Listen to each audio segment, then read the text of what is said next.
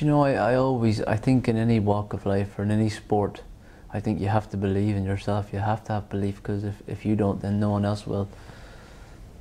And there's a huge difference between someone who's arrogant and someone who's got belief. I always felt that from a very young age that I had belief in myself.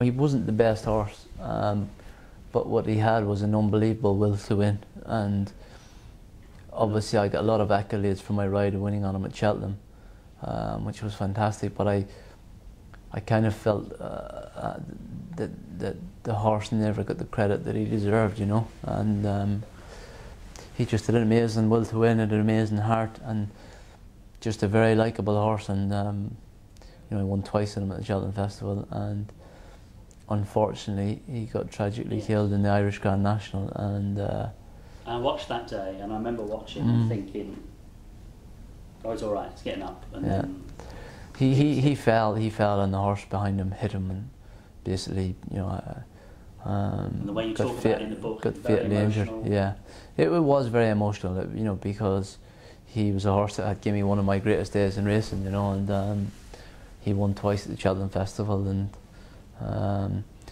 you know, those horses that are willing, you know, that, you know, he gave you everything, you know. He was, as I said, if he was a human being or a boxer, you wouldn't have wanted to get into the ring with him, you know, because he might not have been technically the best, but certainly he was probably the bravest, you know. You need to get out of there. You need to get out of there. You don't want to see the big screens going around and a horse being humanly destroyed, you know. It's especially one that you've ridden. Even the lesser horses that it's happened to, I can't watch it happening.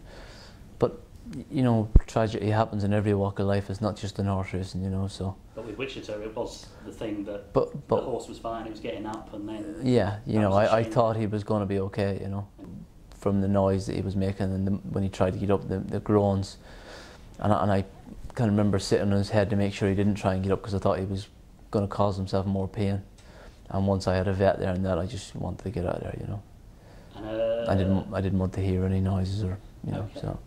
And because we then see the jockey come back out in different colours for the next race or whatever, we think, bloody hell, they don't. But jockeys do care. Yeah, I think what people tend to forget is that not only jockeys, but the stable lads that look after the horses, the trainer, the owner, you know, their horse becomes their life, you know. And you know, the girl that looked after Wichita Lyman, you know, well, he was her life, you know. And even though I only rode him and saw him, you know, not as frequently as what she did, you get involved in horse racing and horses because you love them growing up as a kid, and they're what you want to get in. You know, they're what make you happy. They are basically what makes you happy, you know.